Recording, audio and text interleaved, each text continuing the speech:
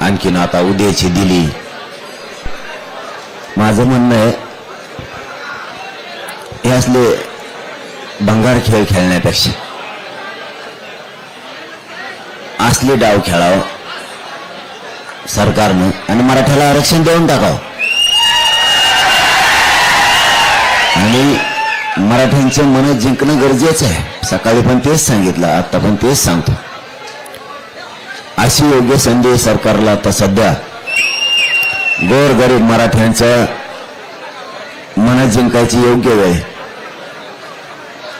सरकारला सगळे विसरतील पण गोरगरीब मराठी कधी सरकारला विसरणार नाही. जर गोरगरिबांच्या लेकरांचं आरक्षण दिलं, त्यांना आयुष्याची जर रोजीरोटी मिळाली, तुमचा आमदार तुम्हाला विसरण, तुमचा मंत्री तुम्हाला विसरण, तुमचा पदाधिकारी तुम्हाला विसरण, पण मरेपर्यंत माझा गरीब करोडो मराठा तुम्हाला विसरणार नाहीये. म्हणून एक एक दिवस मुदतवाढ देण्यापेक्षा उपोषणाला तुम्ही एक एक दिवस दिली तरी उपोषण मागण्याचे मंजुरी होस्तर होणार आणि तुम्ही कायमस्वरूपी दिली तरी पण हे उपोषण मागण्याची अंमलबजावणी होस्तर होणार आहे. तर मग नाटकं कप खेळायची, आजची द्यायची, उद्याची द्यायची, उद्याची द्यायची. सिद्ध झालं सरकारच्या हातात हे परवानगी देणं. तसं दुसरं सुद्धा खरं आहे, सरकारच्याच हातात हे आंदोलन मोडायचं का परवानगी द्यायची हे पण सरकारच्याच हातात, का मला गोळ्या घालून मारायचं हे पण सरकारच्याच हातात, पोरं रस्त्याने अडवायचे हे पण सरकारच्याच हातात, का सोडायचं. तुम्ही जर त्यांना त्रास नाही दिला तर पोरं पण काही नाही करी. मुंबईतली परिस्थिती अशी आहे जणू जसं पोलीस बांधावाडाव घेतो तसं आमच्याही माहित आहे. इथले सरकारनं त्यांचे लघवीचे त्याचे संडाचे कुलप लावून ते दार बंद केले. पाण्याची परिस्थिती तीच आहे. अशी माहिती मिळाली की दुकानं सुद्धा चहाचे त्याचे वडा जेवणाचे बंद जाऊन. म्हणून सीएसटीला जे मोगा बसले होते पोरं त्याच्यामुळे बसले होते, त्याच्यामुळे हे प्रॉब्लेम मोगाचं ते आलं. ज्यावेळेस ते पोरं इथल्या पोलीस अधिकाऱ्यांनी बांधवांनी सांगितलं तेवढं काढायला सांगा, आपण काढायला सांगितलं लगेच ते निघले सुद्धा. पण त्यांनी ते कारण सांगितले काय विसरू नाही, पाणी प्यायला मुद्दा म्हणजे कदरून जावत मराठी मुंबईतून. परत जेवायला मिळू नाही, त्यांना चहा पाणी मिळू नये, त्यांना काही वस्तू मिळू नाही. म्हणून अरे यायला इंग्रजापेक्षा बेकार झाले तुम्ही. मग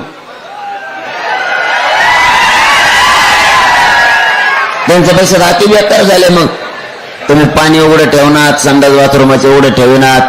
कारण पोर आता हे बघा आलेत म्हणल्यावर तुमचं काम केलं त्यांनी, तुम्ही आम्हाला परवानगीचं सहकार्य केलं तर आम्ही तुम्हाला रोडवर एकही गाडी लावणार नाहीत, तुम्ही दिलेल्या मैदानावर पार्किंगला लावू हे आम्ही सहकार्य दिलं. तुम्ही उलट्या बातम्या फिरायला लागले. अरे सरकार, आम्ही सांगितलं मुंबई सगळे जोपर्यंत सहकार्य करणार नव्हते म्हणजे आम्ही महाराष्ट्रात होतो त्यावेळेचा विषय येऊ. त्यांनी सांगितलं आम्ही पाय ठेवून देणार नाहीत, येऊन देणार नाहीत. मग मराठ्यांनी ठरवलं मुंबईत आम्ही घुसणार, मुंबईत जाम करणार. मराठे घुसले पण जाम केली पण मग सरकारनं पण सहकार्य केलं. मग आपणच सहकार्य केलं पाहिजे. सरकार आडमुठ्यात घुसलं की मराठे आडमुठ्यात घुसले. सरकारने सहकार्य केलं, परवानगी दिली. पोराला 1 मिनिटात सांगितलं तुम्ही जी मुंबई जाम केली ती 1 मिनिटात मोकळी करा, वाहनं बाजूला काढून सुरक्षित मैदानावर नेऊन लावा पार्किंगच्या. पोरांनी ते पण केलं. 2-4 घंट्याने, 2 घंट्यात नाही पण 2-4 घंट्याने साहेबांनी येऊन सांगितलं हो तुम्ही सांगितलं इथले जे आम्ही सांगितले होते ते सगळे पोरांनी वाहनं काढले. काय सहकार्य पाहिजे तुम्हाला आणखी? आणि तुम्ही पाण्याचं बंद करणार, कशाचं बंद करा? मागच्या गप्पा सारे, मागच्या गप्पा सर अवघड गप. कमी बोलतो तू रे, तुम्हाला कळतं का काय? काय कळतं? परिस्थिती सरकारनं जाणून घेणं गरजेचं होतं. तर गरीब इतक्या लांबून आलेत, गरीबाचे लेकर, काय त्रास द्यायचा राव त्यांना? एक एक एक एक दिवसाची रडक्यासारखी परवानगी द्यायची. पोराला पाणी नाही मिळाल्यावर मग ते पोटे असे येतं. त्यांची तरी काय चूक आहे? तुमच्या गावाला आलोत पाहुणे म्हणून असली वागणूक देतात का? आमच्या तिकडे येतात तुम्ही सभा घ्यायला तालुक्यात जिल्ह्यात, अशीच वागणूक देतो का आम्ही? जरी कार्यकर्ता तुमच्या पक्षाचा असला तरी आमच्या मराठ्याचा आहे, तुमचा शिवसेनेचा असला तरी मराठ्याचा आहे, राष्ट्रवादीचा असला तरी मराठ्याचा आहे, काँग्रेसचा असला तरी मराठ्याचा, आणि बेसरामाचा असला तरी मराठ्याचाच आहे. आमचे लोक असली वागणूक देते का तुम्हाला तिकडे आल्यावर? तुम्ही आम्हाला मुंबईत अशी वागणूक जर दिली ना मुख्यमंत्री साहेब, इथून गेल्यावर मराठ्याच्या पोराच्या डोक्यात डोक्यात हे राहणार आहे. मुंबईत गेल्यावर हाल केलते तुमच्या सुद्धा, तुमच्या नेत्याच्या मनात, तुमच्या कार्यकर्त्याच्या मनात सभा होत्या, असंच होणार आहे. मग तिकडे बी तुमच्या तिकडे आलं म्हणून तुम्ही त्रास देणार, तर लोक आमच्या तिकडे आल्यावर तुम्हाला त्रास देणार. बदला होणार. कशाला असलेला लफड्यात पडायचं? लेकरं लांबून आले, थेंबर पाणी द्यावा, त्यांना एखाद्यावर चटणी भाकर द्यावा. मुंबईत आले म्हणून कदरून जावा म्हणून हाटेला बंद ठुले जणू. याला काय धंदा आहे राव? तुम्ही बघून आले का? छत्र्या नाहीत,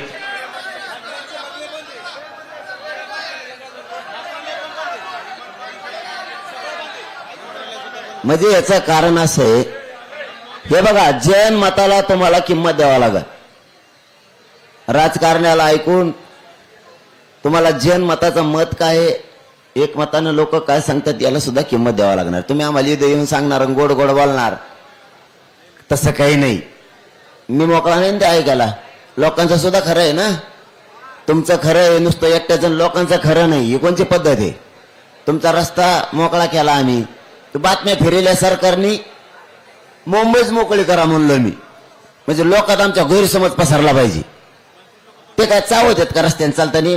मराठ्याचे पोरं मुंबईत समजा बघतेत, फिरतेत. कुणा शी दिली का? मराठ्याच्या पोरांना कुणा शी दिली? कोणत्या पॉइंटला गेला असेल, देवबाप्पाच्या दर्शनाला गेला असेल, कुठं काय म्हणते त्याला मला माहित नाही, इकडे समजा हा चौपाटी काहीतरी तिकडे गेला असेल समजा. काय ते काय असं मराठ्याचे पोरग म्हणजे का साफ आहे का? चालता चावतो गेला असेल बिचारो. खेड्याचं लेकरू एक, काय काय पोरं आल्याच्या नंतर बघतेत आजूबाजूला. तुम्ही सुद्धा बघता ना का? तुम्ही नुसतं सभाला आला की फक्त सभालाच जाता? खेड्यापाड्यानं आल्यावर मंत्री येतात, मुख्यमंत्री येतो, आल्या आल्या तिथं जातो का? आधी रेस्ट हाऊसला जाईल, सगळीकडे खोलीचा वास घेऊन बघन कशी आहे काय आहे. म्हणजे तुमची वेगळी भावना ना आमची वेगळी भावना असं नका तुलू. तुमच्या दारात आलोत म्हणून तुम्ही आम्हाला एक एक एक एक दिवसाची परवानगी द्यायला काय राव? तसं पाहिलं तर मग परवापासूनच उपोषण चालू आहे, 27 पासूनच. 27चा दिवस मला झोप नाही, रात्र झोप नाही. 28चा दिवस झोप नाही, रात्र झोप नाही. 27ला दिवसभर जेवण मिळालं नाही, 28ला मिळालं सकाळी.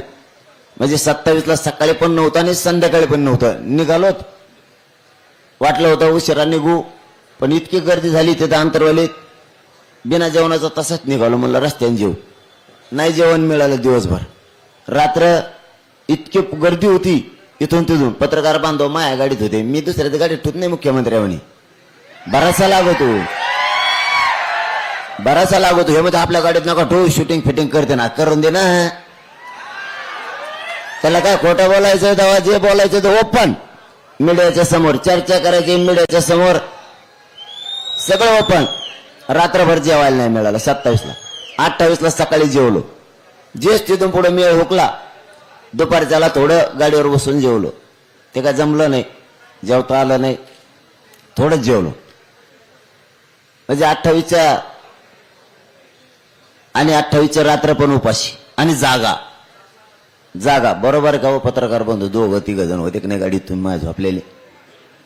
ते बिचारे ते म्हणले स्तुती नाही करायलो, ते म्हणले आईला कमाले होय बाबाची. अरे ओरिजिनल करतो जे करत. हा हे कोणी एक उभा राहिलं, हे बाबा होता उपाशीच मारला मी. उपास हे एक पत्रकार, यांना काय 2-3 टाइम हाणायची सवय आहे. आणि 2-3 बायच्यात जायची सवय लटकलेल्या मायामुळे ते आपण गाडी उभा करीत नाहीत मधीन कळत नाही जेवायला मिळाला आणि याला नाही ते म्हणले उगाच लफड्यात गुतलो आपण आपल्या कारण मी निष्ठेनं करतो बेगडेपणा नाही करत मला हे सरकारला सांगायचं मराठ्यांच्या पोराशी वाईट वागू नका मुंबईत काही करणार नाहीत ते देवबाप्पाच्या दर्शनाला जाते परत आझाद मैदानाला बसते येते पुन्हा येते काय करणार नाहीत ते तुम्ही त्यांना चिडी घालू नका ते काय करणार नाहीत लय गरीबाचे लेकर आहेत लय मोठं दुःख आणि वेदना घेऊन इथं आलेत ते मराठ्याचे पोरं माज आणि मस्ती घेऊन नाही आले इकडं लय हालेत हो आमच्या लेकराचे मुख्यमंत्री आम्हाला माहित आहे आमच्या लेकराचे किती हालेत किती कमरं मोडलेत आमच्या आईबापांचे कष्ट करू करू लय अवघड आहे तुम्ही ते जाण ठेवा ते माज घेऊन नाही आले इकडे माजलेले नाही येत वेदना घेऊन आलेत आणि तुम्ही वेदनेवर लक्ष द्यानात आमच्या डोळ्याचं पाणी पुसिनात म्हणून त्यांना राग येतोय बरं तुम्ही लवकर नका का पुसिनात मी उपोषण करून करून मेल्यावर मग द्या हरकत नाही काय अडचण नाही माझी मी बलिदान द्यायला तयारच झालेलो आहे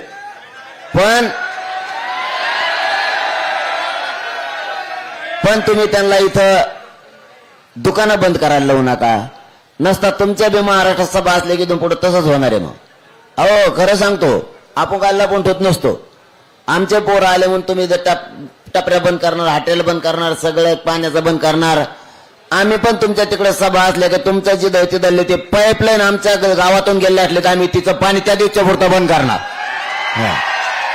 तुमचं रेस्ट हाऊसलाच गेलं असलं पाणी तर आम्ही ते बंद करणार आमच्या रानातून गेलेलं असलं तर कारण तुम्ही आम्हाला मुंबईत पिऊन दिलं नाही आणि आपण बोलतो ते करतो तुमच्या आमदार मंत्र्याच्या जर आमच्या तिथून पाईपलाईन गेले असले तर आम्ही त्या बंद करणार कारण तुम्ही आमचे लेकर इथे उपाशी मारायला लागले तर जशाला तसं होणार तुम्ही नाही सापडत आम्हाला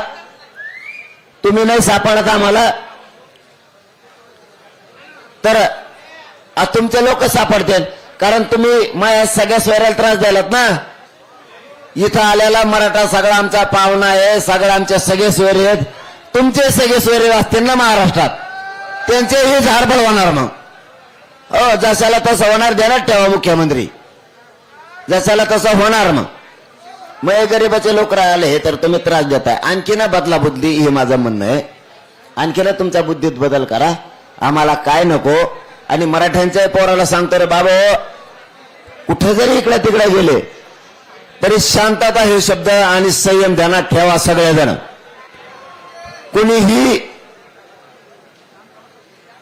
वाईट पाऊल उचलायचं नाही आपण आपल्या गाड्या दिलेल्या मैदानावर सुरक्षित नेऊन लावा इथं जर नाही खायला मिळालं तर तुम्हाला रेल्वेनं तुमच्या गाडीपर्यंत जाता येईल जेवण करता येईल पुन्हा रेल्वेनं तुम्हाला माघारी पण येता येईल किंवा इथं जर पाऊस असला तुम्हाला तुमच्या गाडीत तिथं झोपता येईल म्हणून अगोदर गाड्या ठरवून दिलेल्या मैदानावर सुरक्षित नेऊन लावा हे कोणी शब्द विसरू नका परत गोंधळ होतो गाडी सापडणार आणि गाडी कुठे त्याच्यापेक्षा मैदानावरती सरकारची जबाबदारी तिथं ते संरक्षण ठेवतील तुम्ही एकदा तिथं गाडी लावली की तुम्ही टेन्शन मुक्त झाले मग तुम्हाला मैदानावर येता येईल आझाद मैदानाला पुन्हा तिकडे जाता येईल ध्यानात ठेवा आणि आणखीन एक सांगतो तिकडे चेंबूरला कोणी रस्ता काय जर थांबून ठेवलेला असला किंवा गाड्या लावलेल्या जर असल्या तर त्या बांधवांना नाही सांगतो त्या चेंबूर आणि त्या पट्ट्यातल्या गाड्या काढा तिकडून असे निरोप देत तिथून मागचा सगळा भाग गाड्याने आपल्या वाहनाने ट्रकाने पॅक झालाय कारण काल 28ला निघलेले लोक ते आणि 29ला दिवसभर निघलेले लोक महाराष्ट्रातून आपले ते सगळेच जाम आपल्याच लोकांमुळे आपलेच लोक जाम झाले त्यामुळे गाड्या जर कोणी मत असलं चेंबूरच्या मैदानावर लावा तर चेंबूरच्या मैदानावर लावा वाशीच्या मैदानावर लावा मत असले तर वाशीच्या मैदानावर लावा ते जर इथं कुठं मुंबईत असले मैदानात तिथं लावा म्हणले तिथं लावा मला वाटतं सरकारच्या वतीनं एक पार्किंगची जागा घोषित केली पाहिजे कोणचे मैदान आहेत काय म्हणजे त्या पोराच्या ध्यानात येईल तुम्ही तोंडी सांगा पोराला मिळ लागा ना कुठे तुम्ही पार्किंगचा एक पोलीस बांधवांनी आणि सरकारने तुमच्या पार्किंगचा एक मॅप टाका ये मैदान या ठिकाणी आहेत या विभागात आहेत या वस्तूपासून इतक्या अंतरावर आहेत रेल्वे पासून इतक्या अंतरावर आहेत किंवा अनेक कुठे असेल एखाद्या मार्केटचं मोठं नाव तिथून इतक्या अंतरावर आहे. तुम्ही एक मॅप टाका म्हणजे पोराला मेळ लागून गाडी आपण लावायची कुठं नेऊ. ते नुसतंच मैदानं तुम्ही सांगितले आणि भरलेले मैदानं त्याच्यात टाकू नका. जे मैदानं तुम्ही देणार आहेत, कारण आणखीन मंगळवार बुधवारच्या नंतर खूप लोक निघणार आहेत. सरकारने नाही ऐकलं तर तुम्ही नुसतं मुदत वाढ देऊन उपयोग नाही एक दिवसाची. तुम्ही जर मागण्याच्या अंमलबजावणीला वेळ लावत गेले तसे तसे मराठी मुंबईकडे येणार आहेत. म्हणजे मी तुम्हाला खोटं सांगत नाही, आताभूत मी सरकारला कधी खोटं सांगितलेलं नाही आणि माझा स्वभाव सगळ्याला माहिती आहे, मी खोटं शक्यतो सांगत नाही. तुम्ही जसा जसा याला विलंब लावणार आहेत तसे तसे महाराष्ट्रात लोक कामं सोडत सोडत मुंबईकडे निघणार आहेत. तुम्हाला आता एवढे हे आणखीन पहिला टप्पा पण नाही, असे 7-8 टप्पे आहेत याच आंदोलनाचे. हे पहिला पण नाहीये, कारण आम्हाला माहित होतं आम्हाला त्रास देणार आहेत मुंबईला, म्हणून आधी आम्ही थोडे थोडे आलो. तुम्हाला आणखी पुढे पुढे दिसन. तुमची इच्छा पुरी होईल मुख्यमंत्र्याची, तुमची इच्छा पुरी होणार. तुम्हाला कापऱ्या कोपऱ्यात मराठी दिसणार त्याचं टेन्शन घेऊ नका. महाराष्ट्रात सुद्धा कापऱ्या कोपऱ्यात दिसणार त्याचं पण टेन्शन घेऊ नका. तुम्हाला जे अपेक्षित आहे ते होणार. पण आरक्षण आम्ही घेणार आहेत. फक्त आम्ही लोकशाहीचा, कायद्याचा आणि शांततेचा मार्ग सोडणार नाही.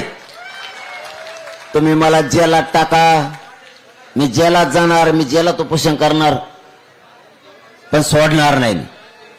तुम्ही गोळ्या घातल्या तरी मी गोळ्या झेलणार आहे.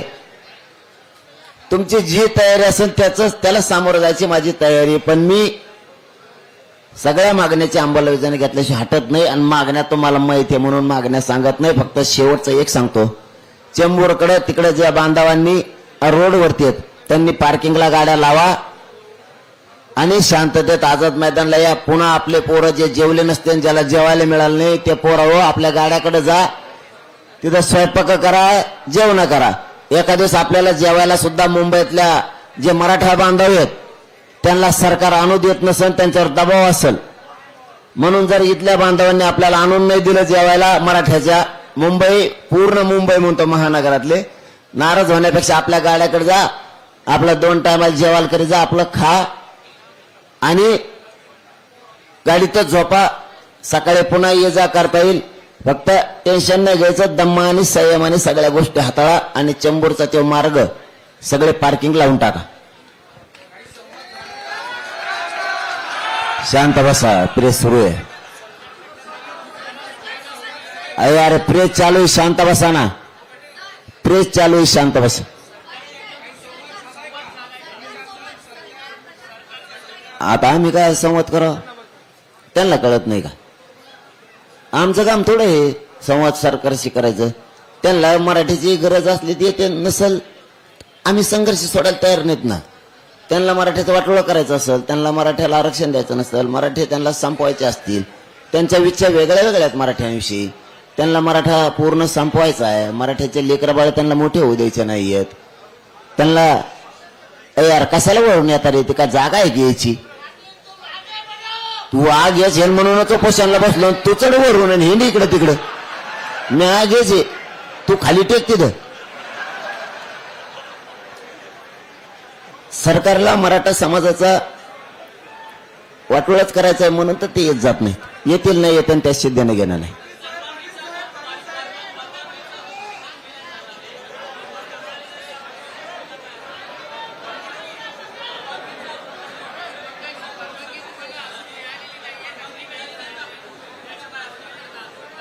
तुम्हीच म्हणले परवानगी मिळाली, आम्हाला परवानगी देणारच नाही. 1 दिवसाची सरकार देऊ शकतं म्हणलं, कायमस्वरूपीची देऊ शकतं ना. साधा आणि सोपा प्रश्न आहे. 1 दिवसाची देऊ शकतं म्हणल्यावर कायमस्वरूपीची देऊ शकतं. मागणीची अंमलबजावणी होत नसतं, त्यांना काही गोळ घडून आणायचं असं दुसरं काय. आमचं तर शांतते, तुला काय घडून आणायचं दान म्हणा, चलू दे.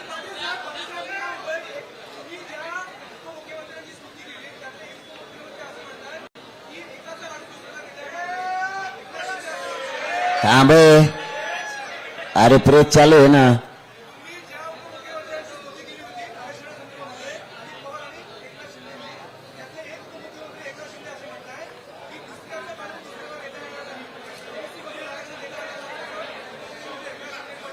फडणवीस साहेबांनी मना लावलास, फडणवीस साहेबांनी मना लावलास असं असं म्हणतो आता. कारण आम्ही ओबीसीचं मागतच नाहीत ना एकाचं काढून दुसऱ्याला द्यायला. यांनी काय केलं, सरकार असून यांच्या पाठीमागं मायबाप शब्द लागलेला आहे. मायबाप सरकार आहे, लय चुकीचा शब्द लागला. यांनी गैरसमज नाही पसरायला पाहिजे, वस्तुस्थिती समजून जनतेला सांगितली पाहिजे. मराठ्यांच्या नोंदी ह्या 150-200 वर्षापूर्वीच्या, आणि एकाचं काढून एकाला द्यायचं ही जी भूमिका आहे, भांडणं लावायची भूमिका आहे सरकारची. ही कोणाची असली पाहिजे, विरोधी पक्षाची किंवा एखाद्या जातीची.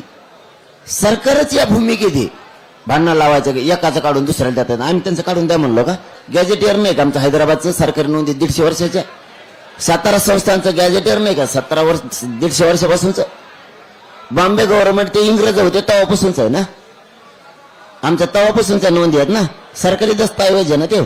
आधी कोण हे का ते कुणी कुणाचं काढून दिलं? आमचं उलट काढून त्यांना दिलंय. 16% आमचं आरक्षण खात्यात ते, याच्यावर यांचे तोंड शिवलेत. आमचं सरकारी नोंदी आहेत गॅजेटियरच्या, ह्या देत नाहीत. त्यांचं काढून कुठे द्यायला? त्यांच्यातलं कमी करायला म्हणालो होतं, आम्हाला द्या म्हणालो. ओबीसीला 32% आहे, त्यातलं 20% कमी करा ना आम्हाला द्या. 12%च फक्त ओबीसी ठेवा असं म्हणलोत का? 32% ओबीसी पैकी 20% मराठ्याला द्या आणि 12% ओबीसीला ठेवा 350 जातील असं म्हणलोत का? आमच्या नोंदी आहेत त्या 32%, 27% आणि त्याच्यातल्या 19% आहेत आमच्या नोंदी आहेत, त्या द्या म्हणतो. ही उलट लोकांना सांगतात आणि महाराष्ट्राला सगळं कळालंय आता यांनी. कारण मी 2 वर्ष तेच काम केलं, समाजात समजून सांगायचं. आपल्या सरकारी नोंदी आहेत, आपण कोणाचं घेत नाहीत. आणि हे ओबीसीला गरीबाला कळालं, नेते सोडून 2-4 जण सोडून गरीब ओबीसीला सुद्धा कळालं आपलं जे आरक्षण आहे 1990चं 1990चं यांच्या नोंदी 100-150 वर्षापूर्वीच्या, यांना आरक्षण दिलं पाहिजे. सरकार दाटून म्हणतंय एकाचं काढून दुसऱ्याला देणार नाहीत, काढून घ्यायचंच नाही पहिलंच आहे आमचं. हे भ्रम निर्माण करतात, त्यामुळे काही टेन्शन नाही. आता फायनल फाईट होणार, आरक्षण घेणार नाही तर मी जाणार. दोन्हीपैकी एक काहीतरी आता होणारच. एक तर मला सरकार मारून टाकणार गोळ्या घालून, नसतं मी उपोषण करून मारणार, नसतं आरक्षण घेऊन जाणार. हे फायनल होणार आहे आता. मग आता देवेंद्र फडणवीस यांनी ठरायचं, याच्या आडमुठेपणाच्या वागण्यामुळं, याची सत्ता मराठ्यांनीच देऊन मराठ्याच्या विरोधाच्या भूमिकेमुळं मोदी साहेबाला आणि अमित शहा साहेबाला डाग लावायचा आणि इथल्या सरकारला डाग लावायचा का मराठ्याला आरक्षण द्यायचं त्यांनी ठरवायचं. याच्या आडमुठपणामुळे केंद्रातल्या सरकारला सुद्धा डाग लागणार आहे यावेळेस.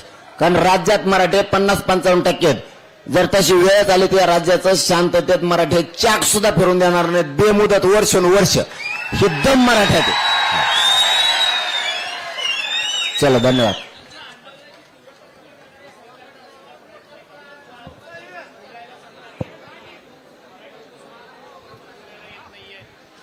आंदोलनाची तीव्रता ते कमी करू शकत नाहीत. त्यांनी किती प्रयत्न केले तरी मराठ्याला माहितीये मी त्यांच्यासाठी झटतोय, त्यांच्या पोराबाळासाठी झटतोय. त्यामुळे सरकारवर अवलंबून नाहीत आम्ही. सरकारने काही शब्द फेकले, मराठ्यांना विश्वास ठेवत, मराठा विश्वास ठेवत नाही त्यांच्यावरती. त्यांनी किती शब्दाचा फेका करू द्या, किती मारा करू द्या, किती शब्दाचा प्रयोग वापरू द्या, किती बी काय त्यांना डोक्यावर लावायचं लावू द्या, मराठे ऐकण्याच्या मनस्थितीत नाही येत. कारण 45 वर्ष झालं मराठ्याला फसवलंय, त्यामुळे टेन्शन नाही. ए पोरं, प्रयोग चालू, शांत राहा थोडं.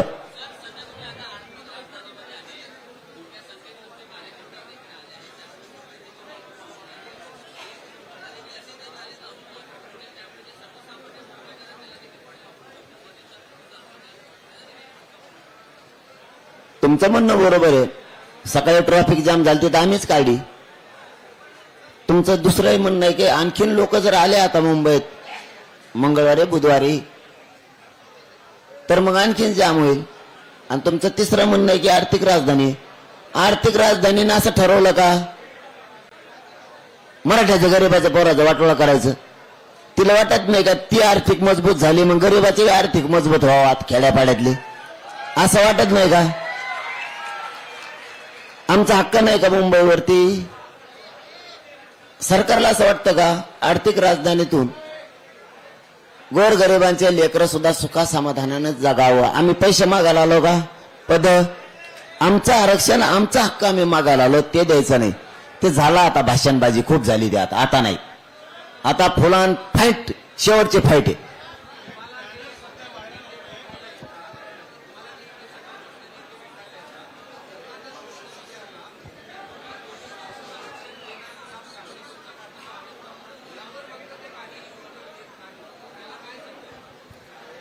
नाही ते का उत्तर देत नाहीत तुम्ही विचारलेल्या प्रश्नावरती? पण आम्ही खंबीर आहेत ना, आम्ही नेत्यावर जगतच नाही. ते जर म्हणले ओबीसीतून देऊ, नाही तर कुणी म्हणलं नाही देऊ, आम्ही त्यांच्या म्हणण्यावर नाही चालत, तर आमच्या स्वतःच्या म्हणण्यानं चालतो. आले काय गेले काय चालूच असतं ते. कोण आमदार भेटायला आला, कोणी मंत्री भेटायला आला, कोणी खासदार आला, त्यांचं काम आहे येणं, आमचं बी काम आहे सन्मान करणं.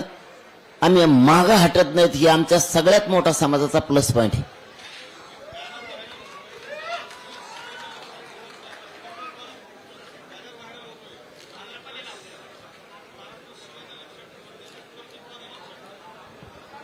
मला आता तुमच्याकडूनच कळलं, मला माहित नाही की बॅनर व्हायरल व्हायला लागलं.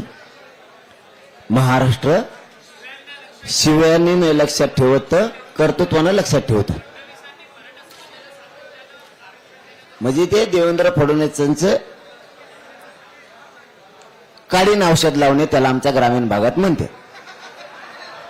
उंटावर बसून काडीनं औषध लावणे असं त्याला म्हणतात. कारण उंटावर जर माणूस बसला तर खाली दुख झालेल्या माणसाला काडीनं औषध लागतच नाही. जर ते उंटाचा खाली उतरला तर एखाद्याला जखम झाली असली तर त्याच्यावरती मलम तो लावू शकतो. उंटावर बसून काडीनं मलम लावणे याला म्हणतात. कारण त्यांचं म्हणणं असं आहे देवेंद्र फडणवीस साहेबांचं की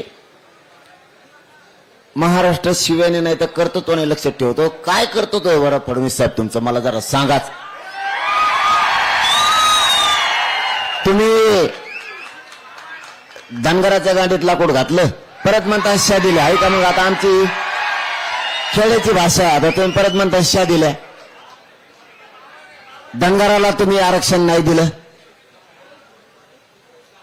तुम्ही जेवढे महामंडळ ओपन केलं मतदान घेऊस तर निवडणुकीच्या टायमाला कोणाला 1 रुपया नाही दिला. एकाला पण ऑफिस नाही, एकाला पण त्याच्यावरती भरती केलेली नाही बरं का. फडणवीस साहेब ऐका, आता प्रेसच्या माध्यमातून तुमच्या दारात आहे मी, आता काय लांब नाही, तुम्ही हे काय इथून लाईट दिसतो तुमचं बघते.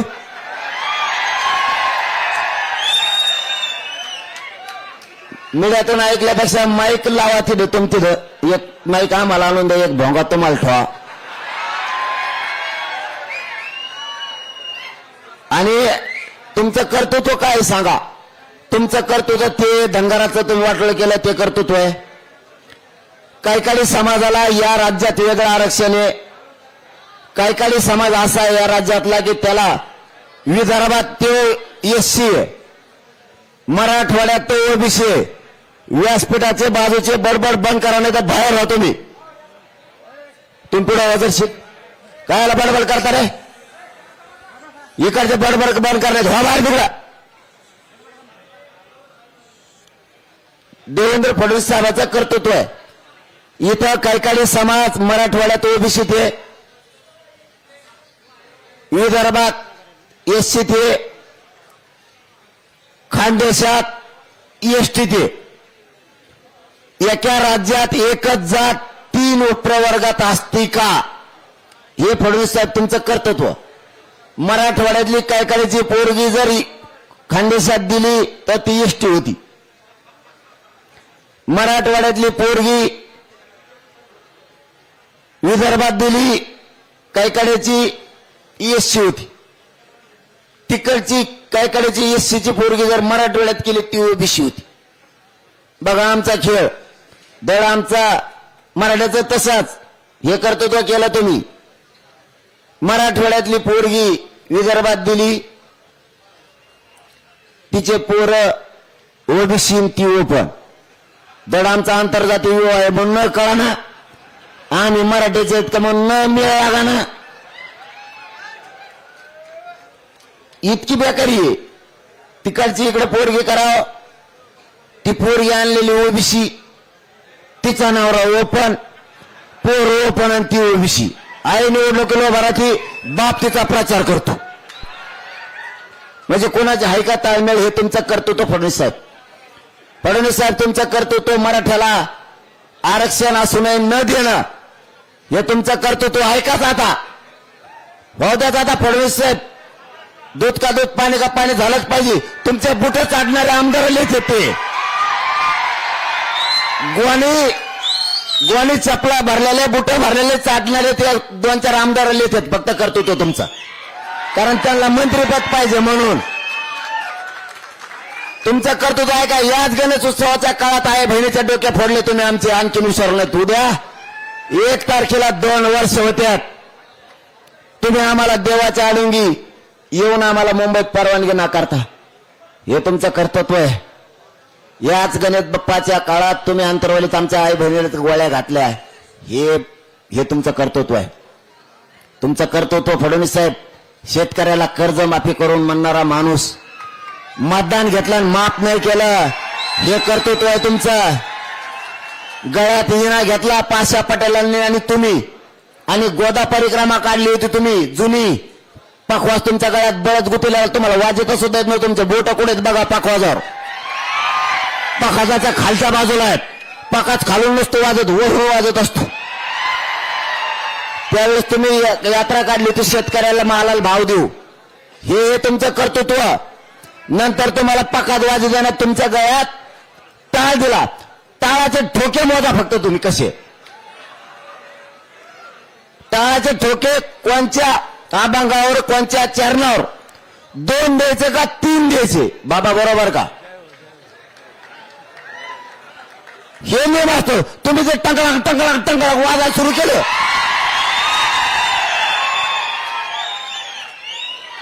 हे कर्तृत्व नाही, हे कर्तृत्व तुमचे. शेतकऱ्याचं काय केलं तुम्ही लक्षात ठेवा. तुम्ही लाडक्या बहिणीचा पगार बंद केला, हे तुमचं कर्तृत्व आहे. तुम्ही दलित मुस्लिम मराठ्यात वाद लावले, हे तुमचं कर्तृत्व आहे. तुमचं कर्तृत्व सोपे नाही. सांगावं की तुम्हाला रात जाईल, कारण मी तेवढा निबारे तुमचा तोडीस तोड. आणि शिव्यानं सांगतो तुम्हाला, तुम्ही जर आमच्या आई बहिणीला हाणलं नसतं तर आम्ही तुम्हाला बोललोच नसतो. तेवढी सभ्यपणा आमच्यात आहे. तुम्ही काय सांगितलं हाणल्यावर? महे पोलीस आहेत, मह्या पोलिसालाच हाणलं म्हणून तुम्ही आमच्या अंतरवलीच्या मावल्यावर, त्यांच्यावर, माणसावर, बायावर हाफ मर्डरच्या केसेस केल्या. देवात हे करतो तो कोणाच्या पोटी येऊन ओरिजिनल पोटी जन्मलेला माणूस नाही करू शकत. ओरिजिनल पोटी आलेला माणूस हे ओरिजिनल कर्तव्य करणार की पोलिसांनी हाणलं नाही याला जेलात जाऊ द्या. तर ते म्हणते मह्या पोलिसाला हाणलं म्हणजे पोलीस होतोय का जनता आहे? तुझी जनता असली पाहिजे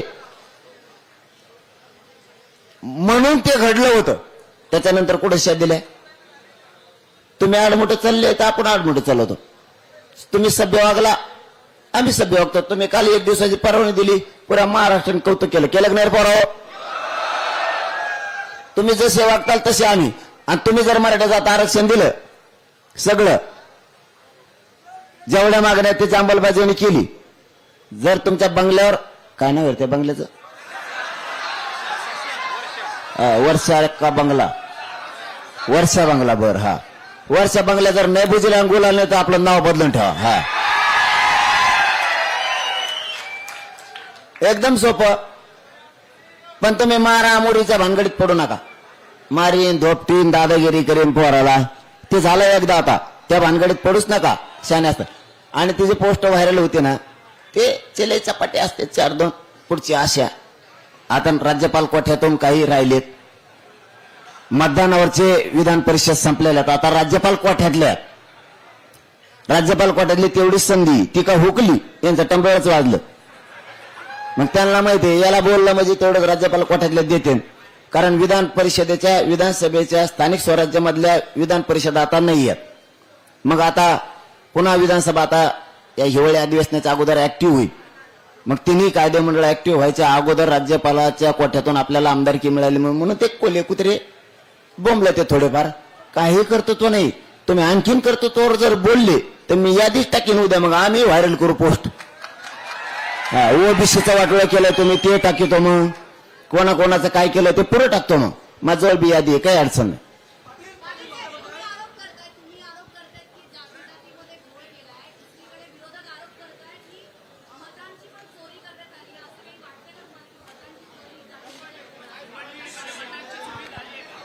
हे बघा, मला लाखो लोक आले इकडं, शांत बसा, लाखो लोक इकडं आले म्हणून माझाच मस्तीत बोलणार नाही, सरकारला बोलायचं म्हणून. मी खरंच वेगळं रसायन आहे म्हणून देवेंद्र फडणवीस कधी कधी म्हणत असतात वेगळं रसायन आहे. मला जे बोलायचं ते मी खरं बोलतो. माझ्याकडून कोणी पॉझिटिव्ह व्हावं म्हणून मी बोलत नाही. असं मला वाटतं तुमच्या प्रश्नावरती ते मताची चोरी झाली का नाही, मला काय, मी तज्ज्ञ नाही त्यातला. हा ना, मग सांगतो ना तुम्हाला. महिला मग आम्ही एक विचार केला, लोकसभेला कम नाही पडले, लोकसभेला तर एकानाका निवडून आले. म्हणजे मताची चोरी ते प्रश्न मग आणायचे, पण आता तुम्ही विचारलाय तई म्हणून सांगतो.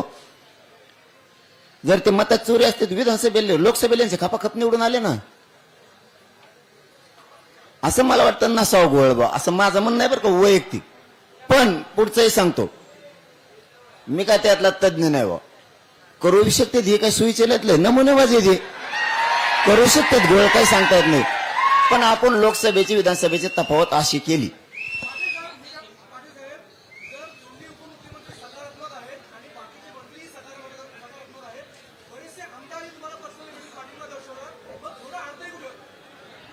इगो, ते मुख्यमंत्र्यांचा इगो, मराठ्यांचा द्वेष, आकाश मराठ्यांविषयीचा सोडावं असं म्हणणं आहे. म्हणून मी कालच पत्रकार बांधवाजवळ निरोप पाठवला जाहीर मीडियातून. योग्य वेळे योग्य संधी, गोरगरीब मराठ्यांचे करोडोंचे मन जिंकणं. तुम्ही एखाद्या आमदाराला मंत्रीपद नाही दिलं ते तुमच्या रुसल, एखाद्याला पद नाही दिलं ते तुमच्या रुसल, पण गोरगरीब त्यांच्यावर जर उपकार केले तर मरेपर्यंत विसरत नसते. योग्य ट्रॅक आहे आता, अशी संधी आली, योग्य निर्णय घ्या, आरक्षण देऊन एक करोडो मराठे तुमच्या पाठीशी राहतील. पण ते कळतच नाहीये, द्वेषच भरला बस, बाकी काय. चला धन्यवाद. तोंड कोरडं पडलंय, उद्या उद्या बोल, ते लय अवघड आहे.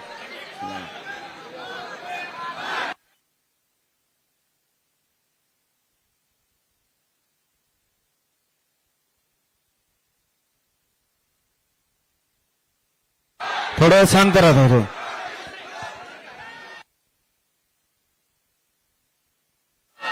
हॅलो, पुन्हा एकदा ऐका पोराओ आणि मीडियाच्या बांधवाच्या माध्यमातून पण एक विशेष माहिती सांगायची. सरकारने आणि पोलीस बांधवांनी एक काम करा, आधी सारखे निरोप पाठवू नका. इकडे गाड्या आड्या लावल्या आणि तिकडे आड्या लावल्या आणि त्या रोडवर थांबल्यात.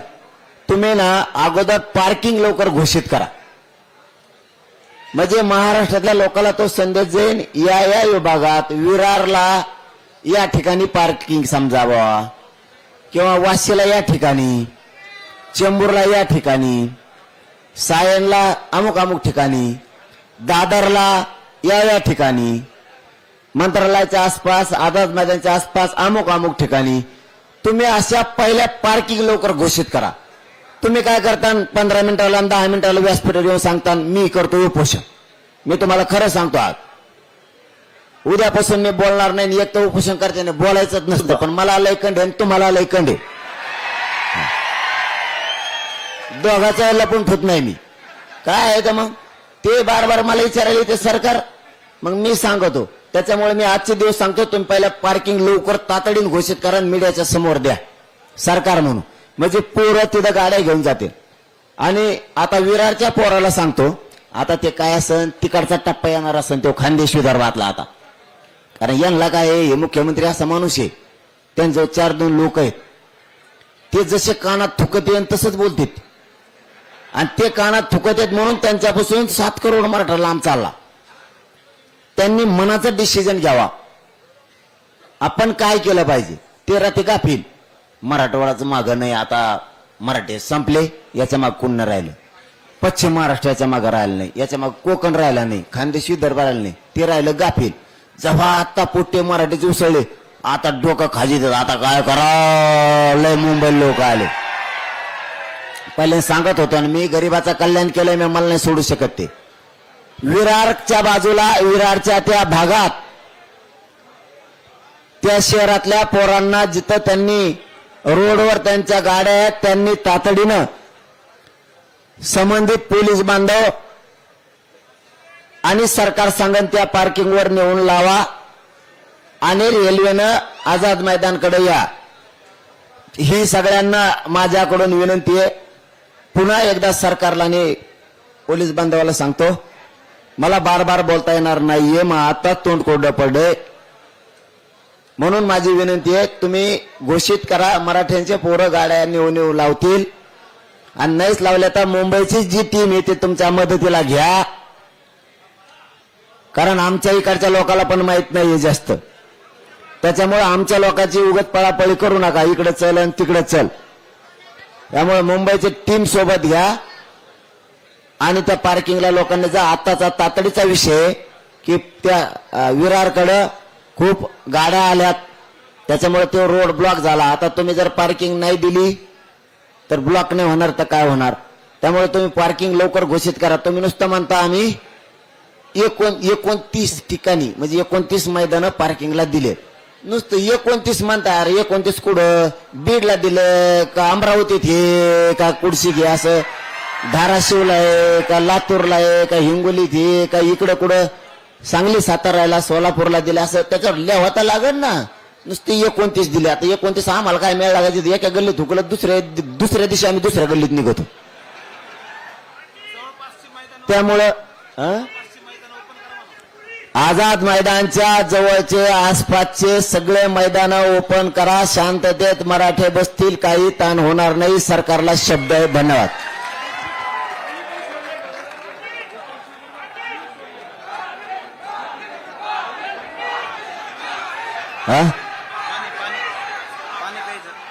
उपोषणाबरोबर पाणी सोडलं, सकाळपासून नाही घेतलं, पण आणखीन 2 दिवस नाही सोडणार. पाणी घेईल 2 दिवस समजा, पण मी सकाळपासून घेतलेलं नाहीये.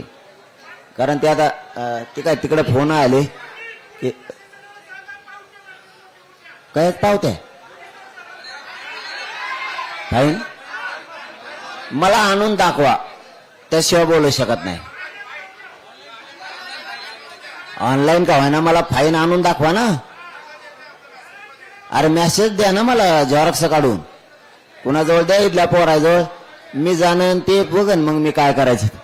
आणि आबा तसं जर ते खोड्या करीत असले ना, फाईन मारायच्या घ्यायच्या, पण मुंबईत यायचं, झुकायचं नाही, झुकायचं नाही. फक्त तुम्ही शांतता मार्ग सोडायचा नाही.